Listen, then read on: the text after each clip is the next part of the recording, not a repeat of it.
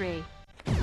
In today's Legal on 4, we're just a few days into the new year, and lots of Tucsonans are making their resolutions, eating healthy, exercising, learning a new skill. Well, one resolution to make is to develop an estate plan or update an existing one to assure that your golden years are as stress-free as is possible.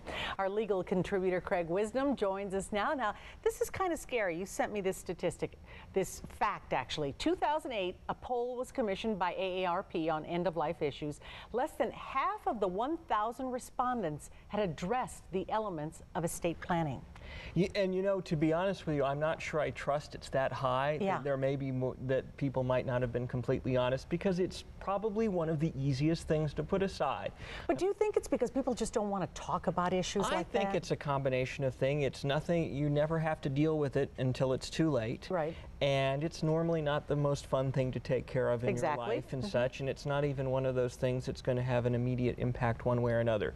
But the good news is, as I'm always saying and always nagging, is once you get it done, it's relatively easy, and then you're set for a while. So it's one of those things that you can take care of, and if you just go in and see it, the thing we hear most frequently from people is, that wasn't as bad as I thought. I wish I'd taken care of that a while ago. I'm glad I got it done. Exactly. And now you also tell me that people between the ages of 35 and 49 are less likely to...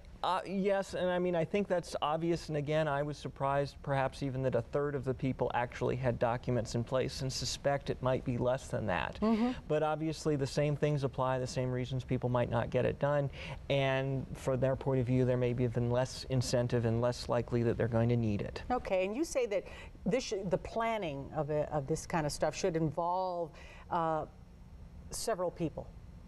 Yes? That's correct. Okay. I mean, first of all, normally we talk about, well, is it a good idea to use prepaid kits or forms like that? Is it? Not generally. I mean, it can be done, and it's possible it could work, and a lot of times those documents may do what they're supposed to do, but that may not be what you need, or you may miss out on some of the other important elements you need to have in place. A one-size-fits-all is not a good thing. Exactly. It's possible it could work, but an attorney is going to catch those holes, is going to be there if something happens, is going to be there if they've done something wrong. There'll be someone holding the bag to take care of it. And as Tiana mentioned, beneficiary designations are critical. People don't realize they have their will saying what they want it to, but they need to make sure those retirement plans say what they want them to.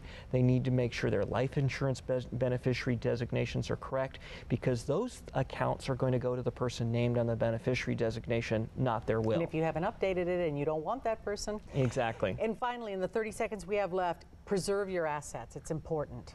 Exactly. Well, I mean, that's kind of a common sense things, but protecting yourself, getting these documents in place, if something happens, avoiding the court system by having powers of attorney will save some time, money, stress on you and your family. And go to the people that you wanted to go to, or the organizations. Exactly. All right. Thank you so much, Craig. Well,